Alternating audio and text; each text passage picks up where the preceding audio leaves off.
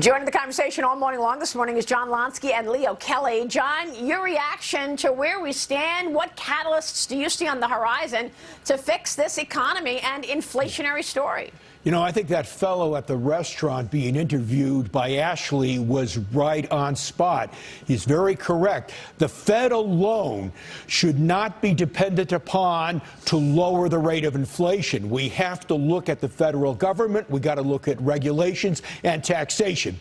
It wasn't Paul Volcker by himself who brought inflation under control in the early 1980s. Ronald Reagan and company and his advisors and the different direction they pushed the economy in had much to do with that secular decline by price inflation that began under the Reagan administration. So if the average American wants to get rid of rapid inflation, they have to get rid of those politicians, those people in Washington who follow policies that breed inflation, that fuel inflation. And of course, energy policy, misguided energy policy, is a great example. That's one of the reasons why your heating bills are going to be so much higher come this winter.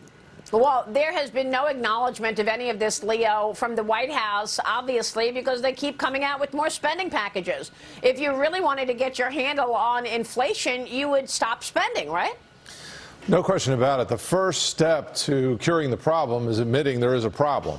And we don't seem to be able to take that first step. We just heard the president say a month ago there was zero inflation, and this month there really was negligible inflation, and it really wasn't a big deal. It is a big deal. Clearly it's a big deal. The markets are telling you that. The bond markets are telling you that. And the 10-year looking at 4% is telling you that. So I think John's right. I think there has to be a meaningful change to fiscal policy as well as monetary policy. And again, I go back and point out, M2 in 2000 and 2001 was growing at 24%. We were growing our money supply at 24%. Until we pull back on that excessive capital in the system, as opposed to adding it, but through fiscal policy, we're not going to cure inflation. Yep, much more ahead this morning. Coming up, how far will the Fed take this?